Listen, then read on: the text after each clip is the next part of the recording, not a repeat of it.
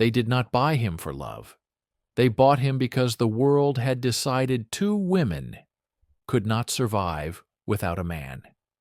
And they refused to give the world the satisfaction of being right. On the auction block that afternoon, in the boiling Alabama heat, the sisters looked at the chained men like a gambler looks at cards. Not for faces, not for stories. For one thing only. Which one could save them? The bidders around them saw property.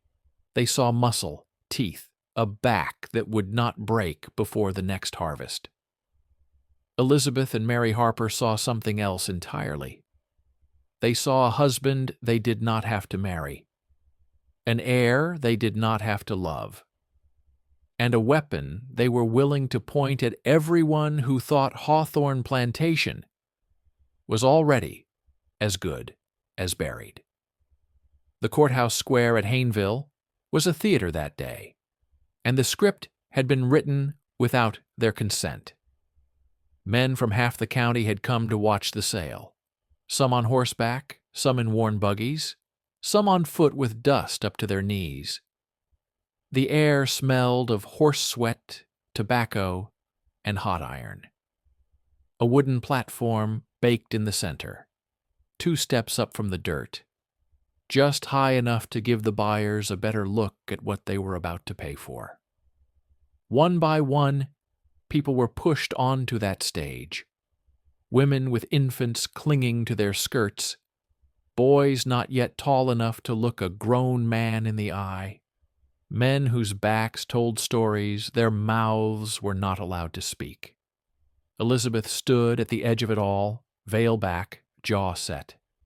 At 27, she had already learned what most women in Alabama learned only after 3 children and a lifetime of silence. There would be no rescue. There would be no kindly uncle from Mobile to manage the debts her father had left. No miracle cousin from Savannah to marry her out of obligation and keep Hawthorne in the family. There was land. There were cotton fields.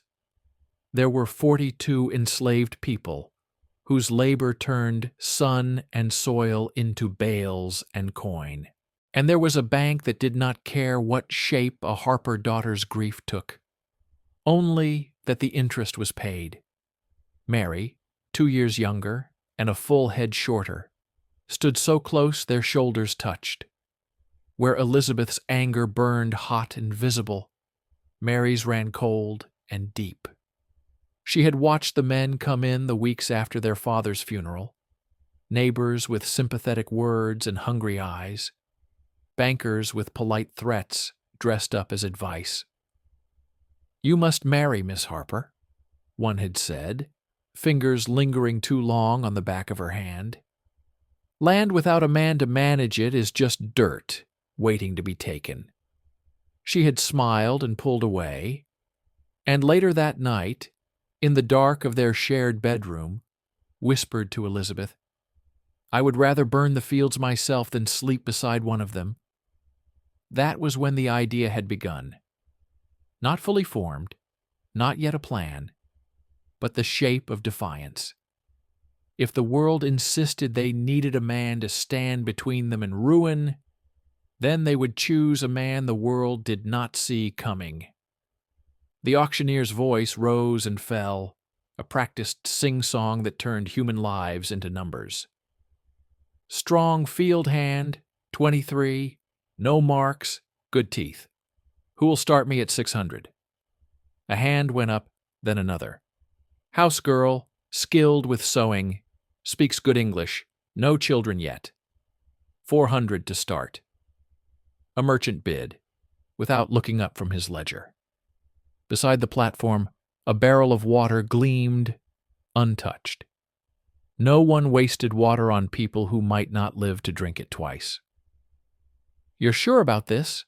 Mary murmured, not taking her eyes off the stage. "No," Elizabeth said. "But I'm sure about everything else. Father's will is clear. If we don't marry men of standing and suitable character, and produce an heir inside 2 years, the bank sells Hawthorne out from under us." Mary's mouth twisted, and we know what kind of men the bank thinks are suitable.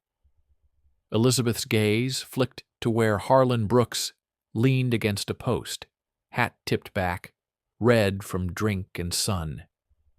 He was 45, twice widowed, with a temper that traveled faster than his money.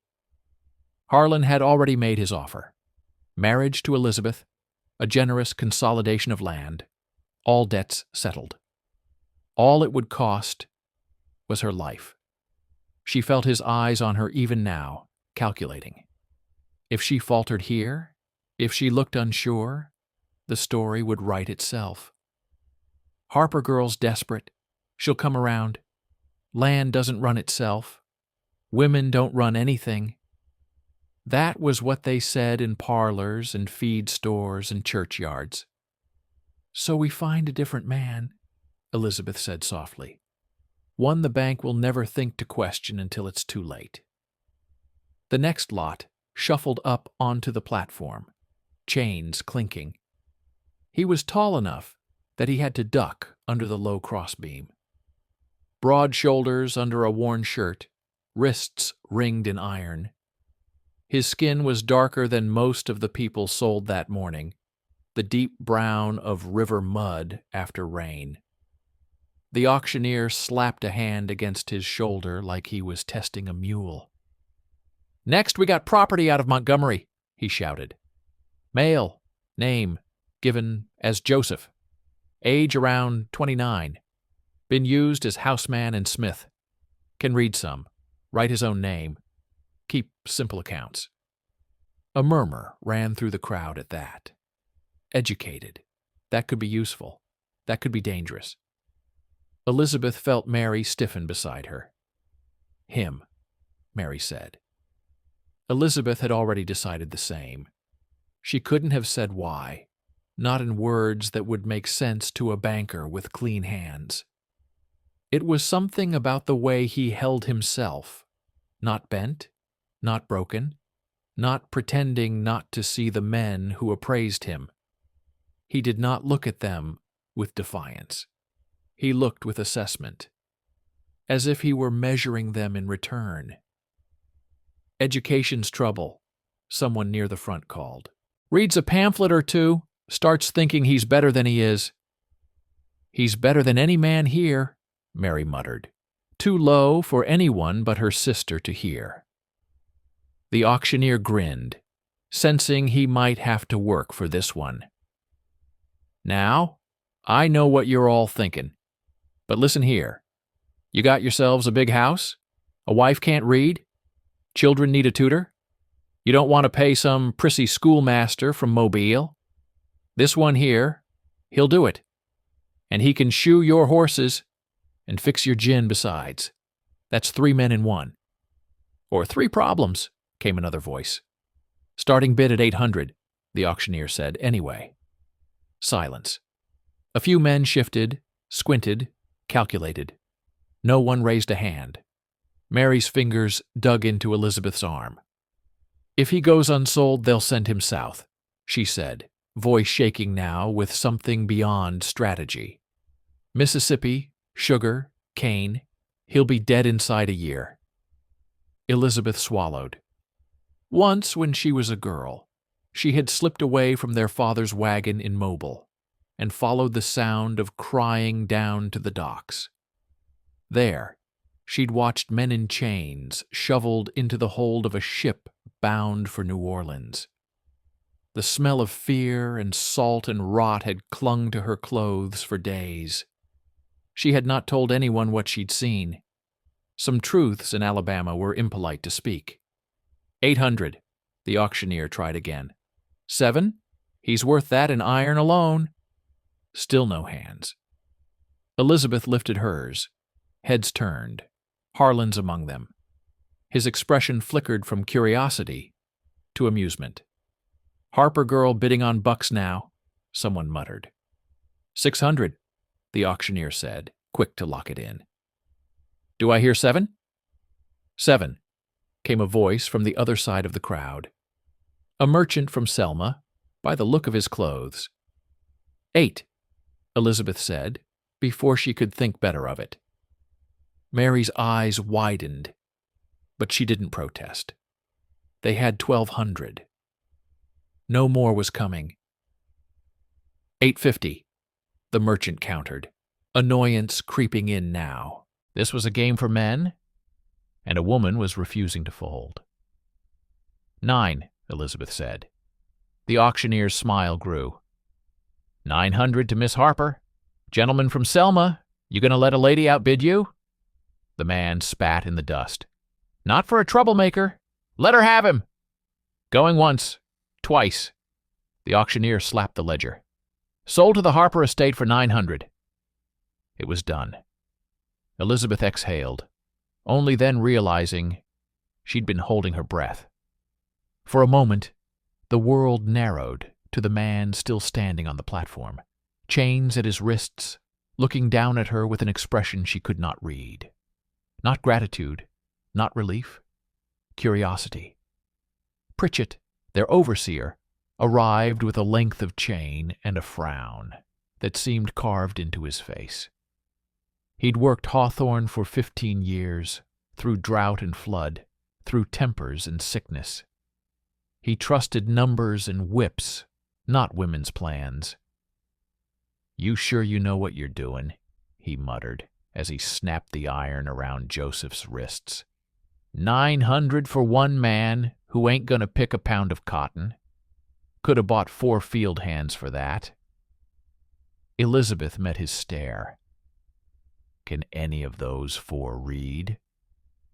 Readin' don't get bales on wagons, Pritchett said. No, she agreed, but it might keep the wagons from being sold out from under us. The walk back to Hawthorne was 8 miles of red dirt and unforgiving sky. Joseph walked ahead of the wagon, chain from his wrists to the back axle, each step measured. He did not stumble. He did not look back. From the raised seat, Mary watched the line of his shoulders. He doesn't move like the others, she said.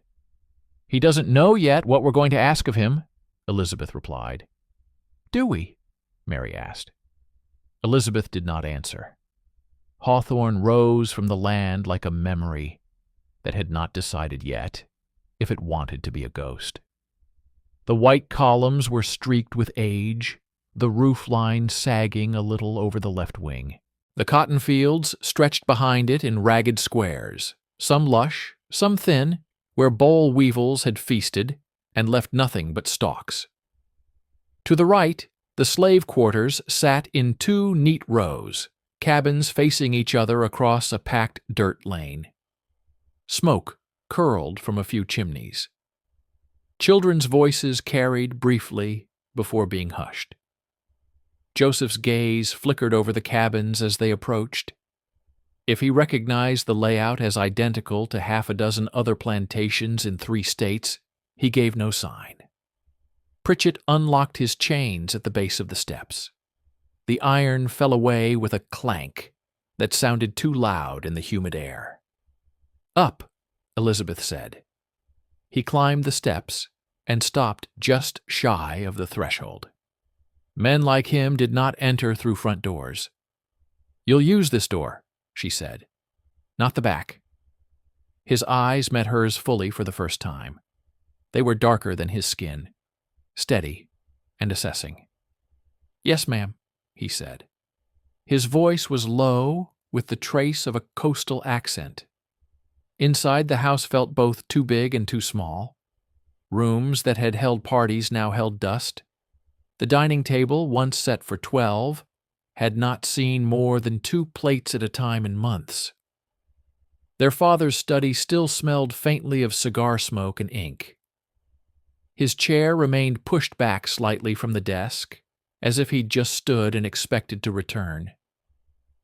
Elizabeth led Joseph there first. This is where you'll work, she said. She opened the ledger that lay on the desk, its pages a battlefield of numbers. Can you read this? He stepped closer, careful to stay a respectful distance. His fingers did not touch the paper, but his eyes moved quickly, line to line. "Yes, ma'am," he said. "Your father was creative with his accounting." Mary snorted. "Is that a polite way to say dishonest?" "It's a polite way," Joseph said, "to say the bank will use this against you if they see it." Elizabeth's shoulders stiffened. "Will they?" He nodded once. "He moved debts from year to year without settling, hid losses and future yields that may never come. If the bank sends a man who can add, he'll smell weakness." "So we fix it," Elizabeth said. "Fix it with what?" Mary demanded. "We can't magic money out of thin air." "No," Elizabeth said slowly, "but we can stretch what we have, cut what we don't need, sell what we can spare. And we can make sure that in 2 years, when they come with their questions and their ledgers and their clever little smiles, we give them one thing they can't argue with." "A child," Mary said. The word hung in the study like thunder waiting for lightning. Joseph's jaw tightened almost imperceptibly. "You understand your place here?" Elizabeth asked him, turning from the window to face him fully. "Pritchett will answer to us in the fields. Inside this house you will answer to us for everything else. Accounts, repairs, purchases, letters we can't risk sending in our own hand. And—" her voice faltered for the first time since the courthouse square. "And when the time comes," Mary finished, stepping into the silence, "you'll come upstairs. When we tell you, you'll do what's needed. Quickly, without complaint, without attachment." Joseph's hands flexed at his sides. "You want heirs?" he said. "Not a question." "We want control," Elizabeth replied. "Heirs are the price the world demands. We are simply choosing the man who will give them to us." "And what do I get?" he asked. Mary tilted her head. "You get to live." He held her gaze a long moment. "I was living before you bought me." Elizabeth leaned against the edge of the desk, the weight of the house behind her. "No," she said quietly. "You were surviving. There's a difference. You do this, you do it well, and when the papers are signed and the bank has stamped their pretty seals, and everyone agrees that the Harper line is secured." She paused. The words felt dangerous even as she spoke them. "We free you. With documents no one in this county will dare contest, and enough money in your pocket to make it out of Alabama before anyone can decide they regret letting you go." He looked at her like a man measuring a bridge built in a storm, testing for rot he could not see yet. "And if I say no?" he asked again. "Then tomorrow," Elizabeth said, "you're on a wagon to the river and on a boat to somewhere that breaks men like you on principle. There are worse masters than us. Some of them are buying today." Silence settled, thick as the heat. Outside, a child laughed, then was shushed. A fly tapped against the window pane, desperate to escape a room it had been too stupid to avoid. Slowly, Joseph nodded. "I'll need to see all of it," he said.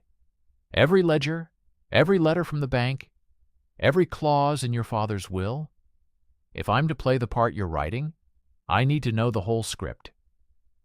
Mary blinked. "You think this is a play?" "I think," he said, "that if we're about to lie to every white man in this county, we'd better make it convincing." Elizabeth felt something she had not felt in months, the tiniest flicker of something like hope. Not the soft, foolish hope she'd had as a girl, waiting for dances and gentle suitors. A harder thing, a hope with teeth. "Very well," she said. "You'll have it. But understand this, Joseph." She let his name hang between them the first time she'd used it. "Once we begin, there is no pulling back. If we are discovered, they will not ask who came up with the idea. They will not care who signed what where.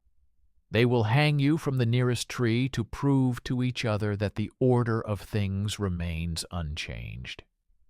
And they will call us mad or wicked or both and send us away. And Hawthorne will be sold to the highest bidder. Joseph's expression did not change. Then we don't get discovered, he said simply. Mary laughed once, a short, sharp sound. You talk like you've done this before. I've lived my whole life pretending not to know things I know, he replied. You'd be surprised how much you can hide in plain sight when people are determined not to see it. Elizabeth pushed off the desk. The decision had been made hours ago on a courthouse square, but it felt heavier now that it had words and a witness. Then it's settled, she said. We do not wait. The bank won't. Neither will the gossip. Tonight, you come to my room. Tomorrow night, to Mary's. We rotate, we keep our stories straight, and we pray that biology is as reliable as the men who wrote Father's will believed it to be.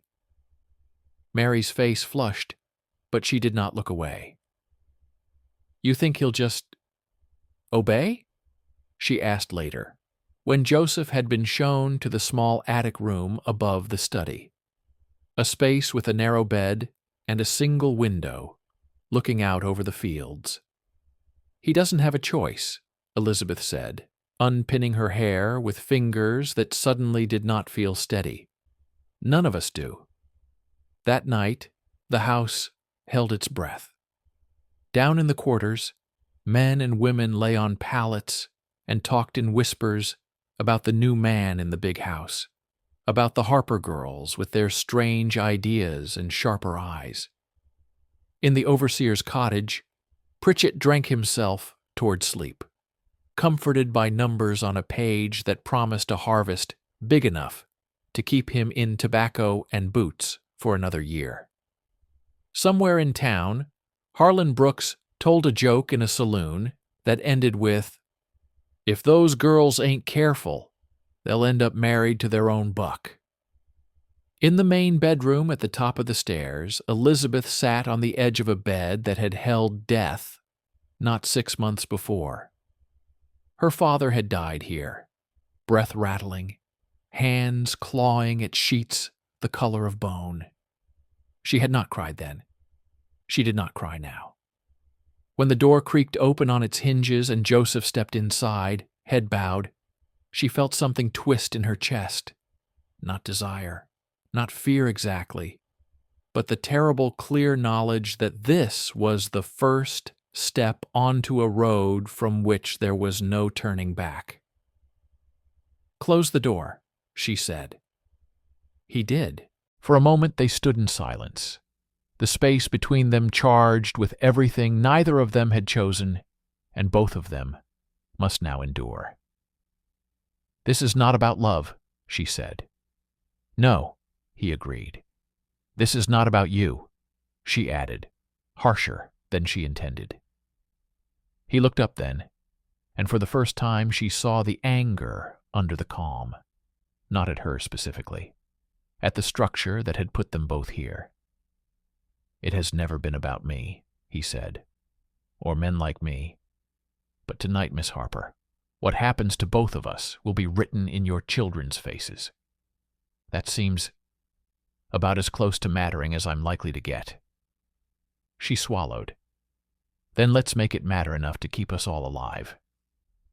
He stepped forward. Outside, the cicadas screamed in the trees like 1,000 small, relentless clocks, counting down the days until someone in Lowndes County realized that the future of Hawthorne Plantation was being decided, not in a banker's office or a church or a courthouse, but in the dark of a bedroom where 2 women and a man the law called property were quietly, deliberately rewriting the rules. No one noticed the change at first, not Pritchett, with his ledger, and his whip coiled like a snake on his saddle. Not the field hands who bent under the relentless Alabama sun, picking white bowls that burned their fingers raw. Not even Harlan Brooks, who rode by Hawthorne's fence line every Sunday after church, eyes narrowed, looking for weakness to exploit.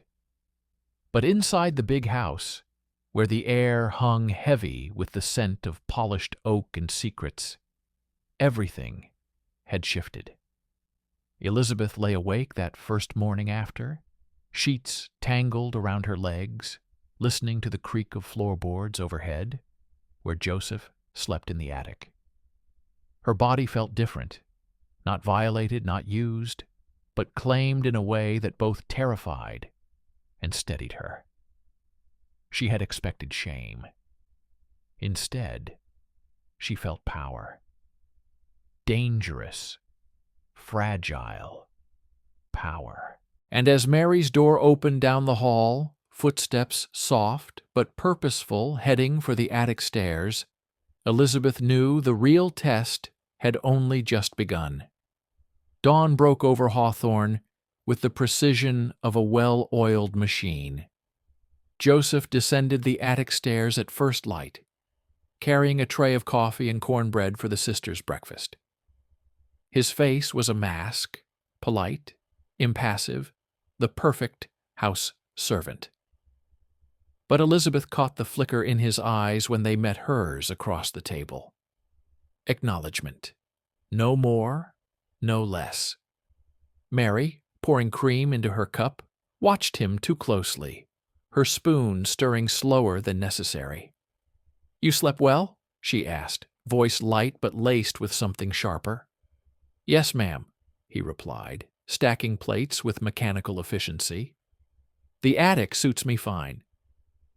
Pritchett banged through the back door before Mary could press further, mud caking his boots.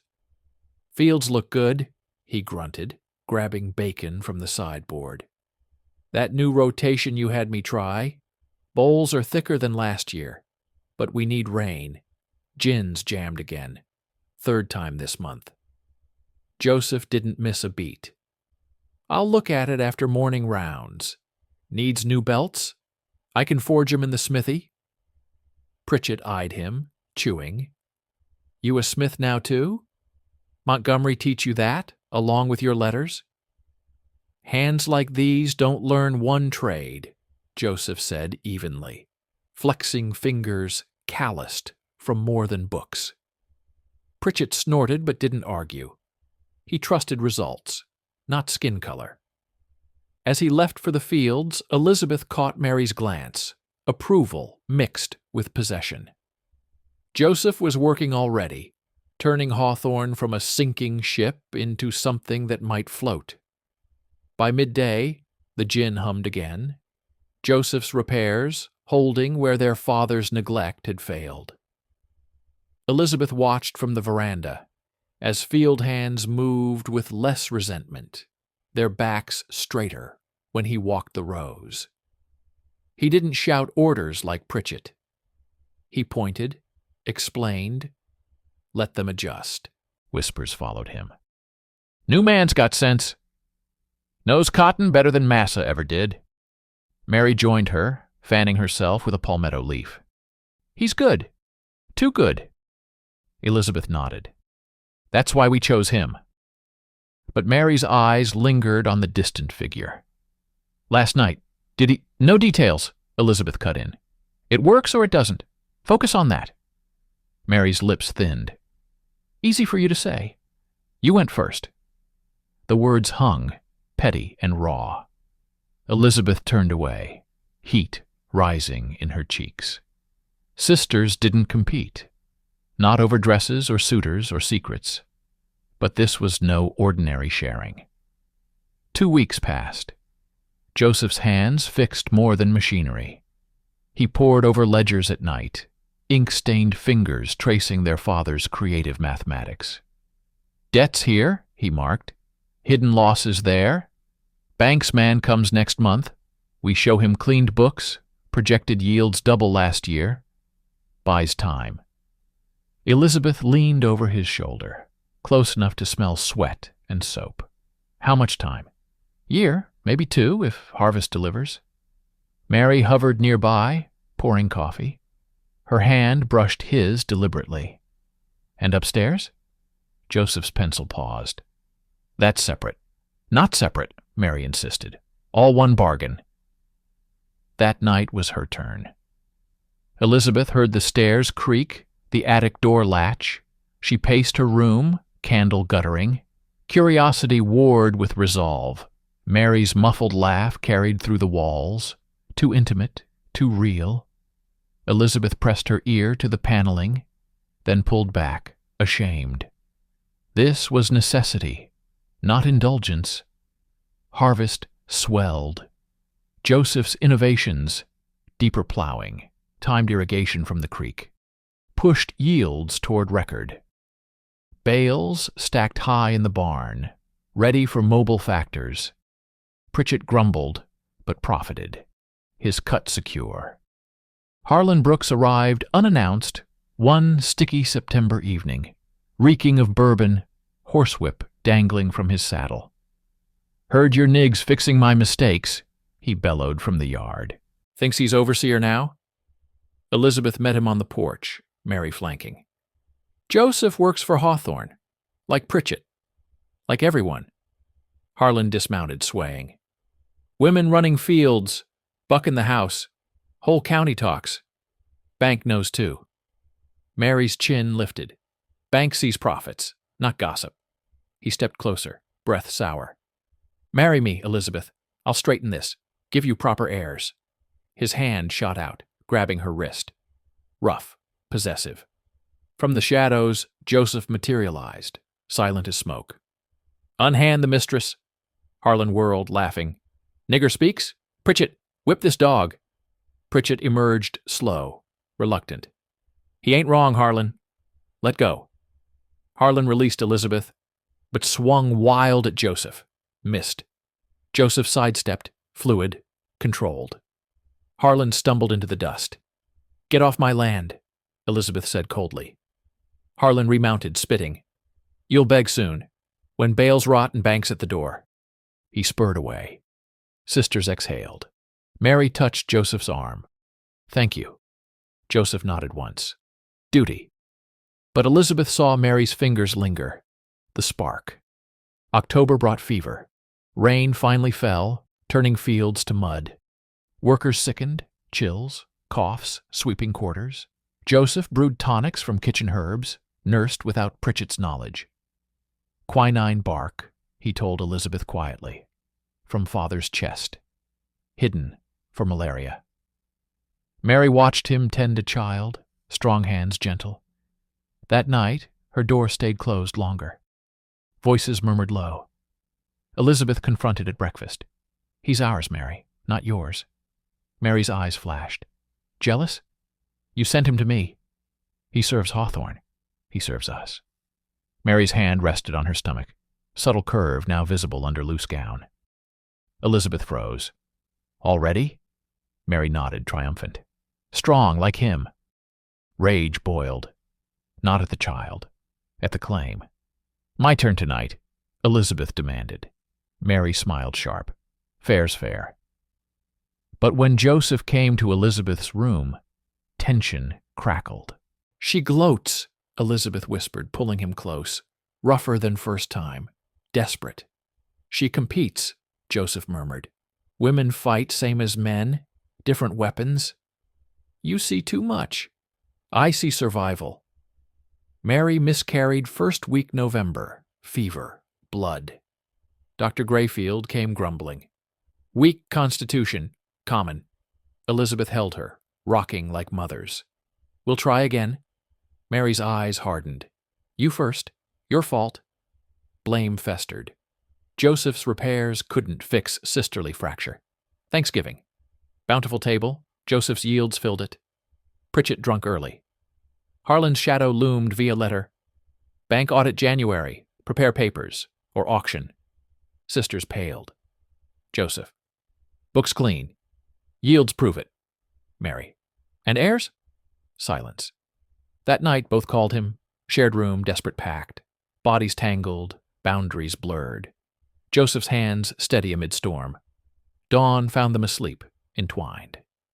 Joseph slipped away first, eyes haunted. Transition. Bodies swelled with secrets.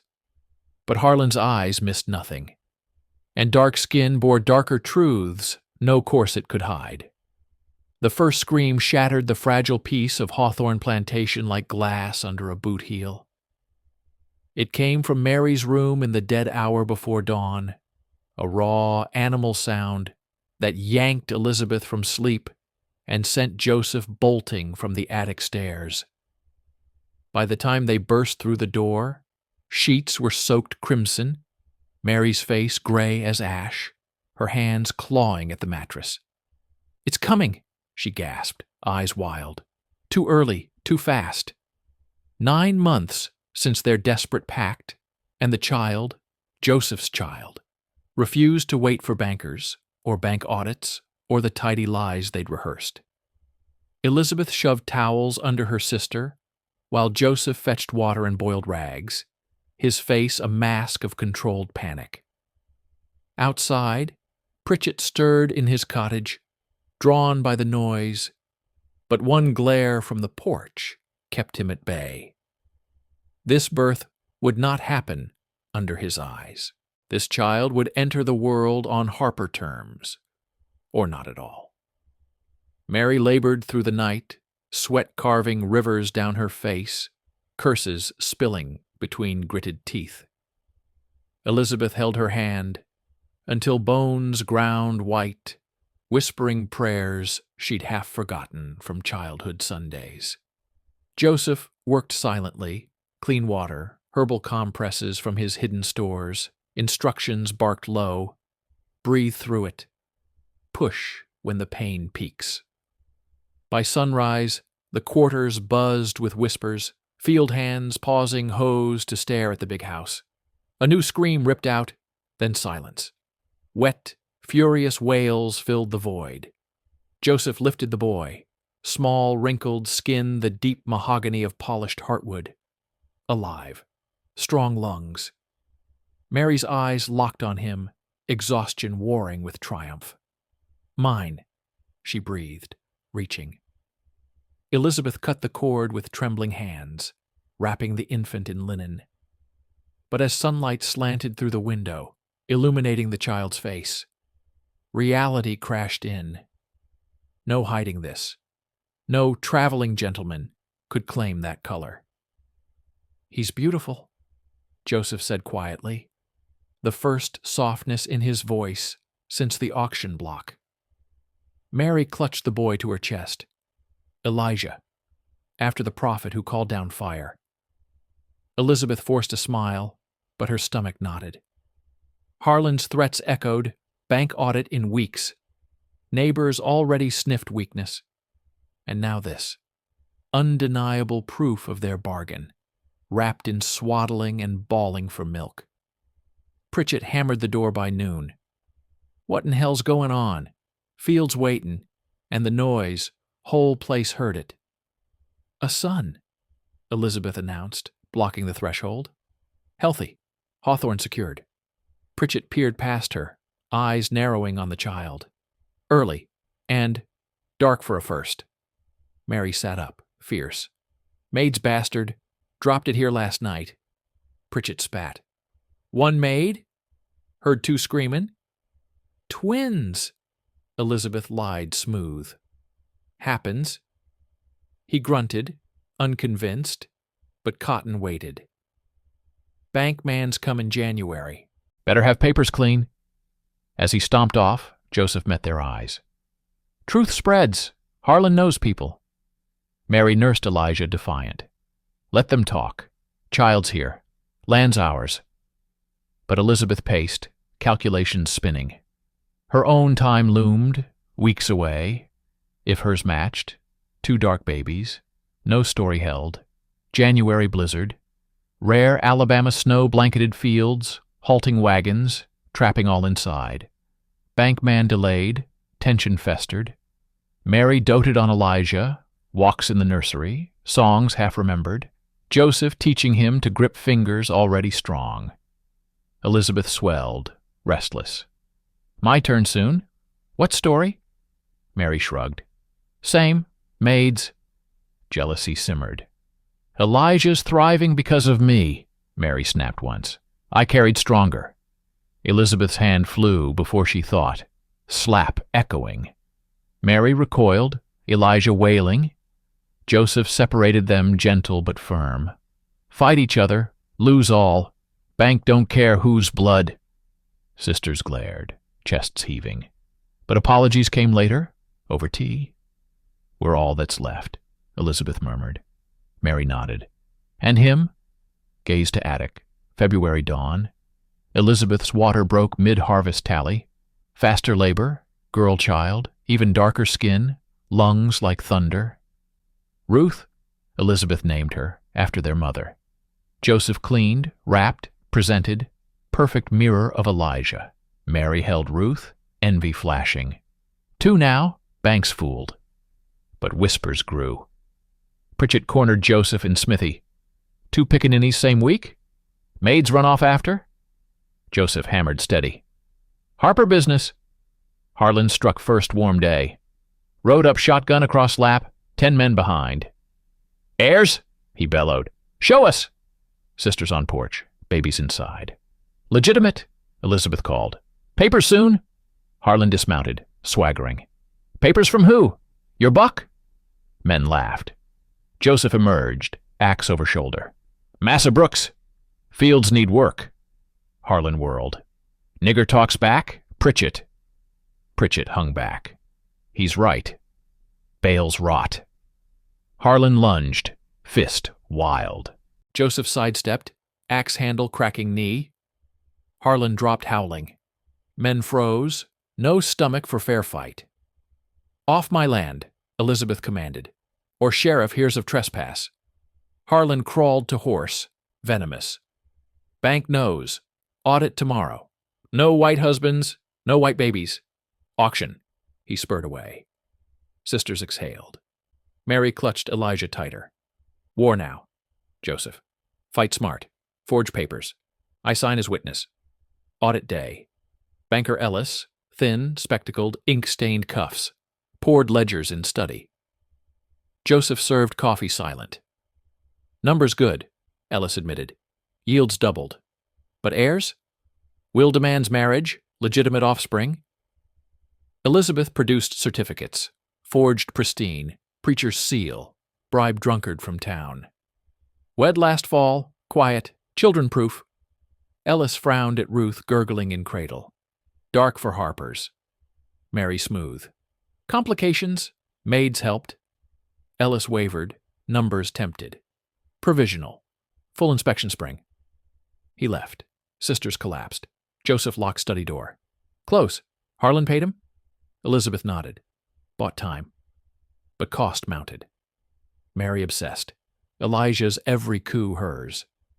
Elizabeth mirrored with Ruth. Joseph split time, exhaustion etching lines. April crisis.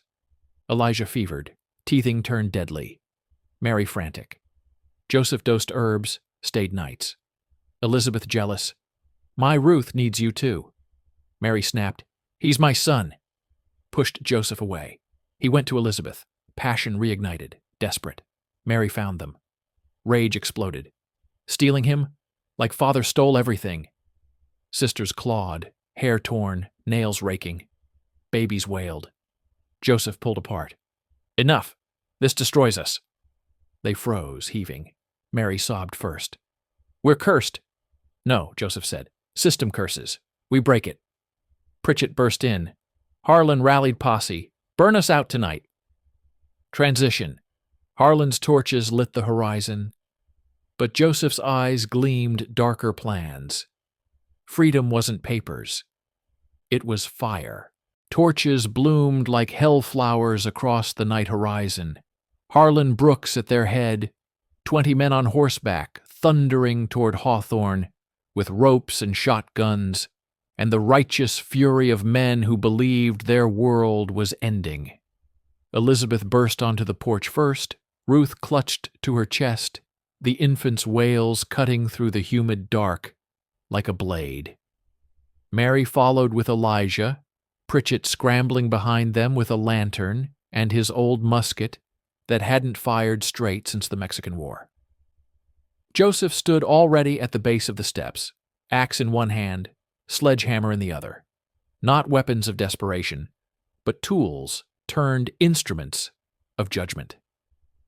"Bar the doors," he said, voice calm as Riverstone. "They want a show. We'll give them one they'll never forget." Harlan's posse halted 50 yards out, flames dancing shadows across grim faces, the air thick with kerosene and vengeance. This was not a negotiation. This was the South, reclaiming what it had always owned. Everything. Harlan spurred forward, shotgun raised, face twisted ugly in firelight.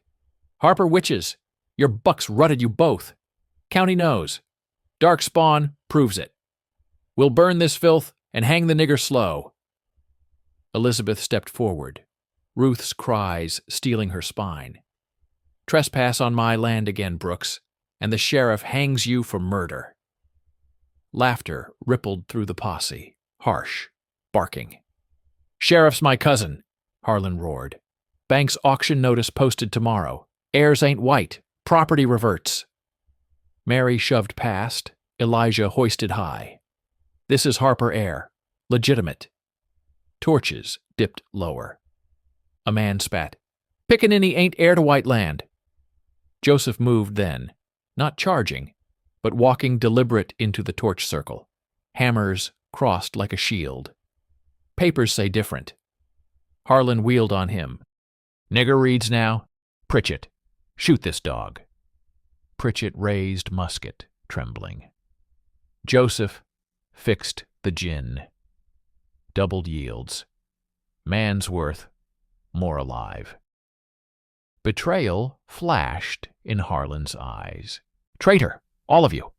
Joseph stopped 10 feet out, voice carrying clear. "You burn Hawthorne. You burn your cotton. Fields mine now. Rotation, irrigation. Who replaces?" Posse shifted uneasy. Harlan cocked shotgun. "Fields grow without niggers." Joseph smiled faint. First crack in his mask. "Try it. Starve next winter." Elizabeth's voice cut through. "Ellis from Banksaw Ledgers. Approved provisional. Contest in court, Brooks. Or ride off my land." Harlan wavered. Flames sputtered in sudden wind. Men murmured. Wives needed cotton cheap. Debts loomed. "Tomorrow," Harlan snarled, wheeling. "Auction takes it all." Posse followed, torches trailing sparks into night. Silence fell heavy. Sisters exhaled. Pritchett. "They'll come legal. Bank first." Joseph turned, eyes gleaming. "Then we beat law." Dawn council, study locked, ledgers open.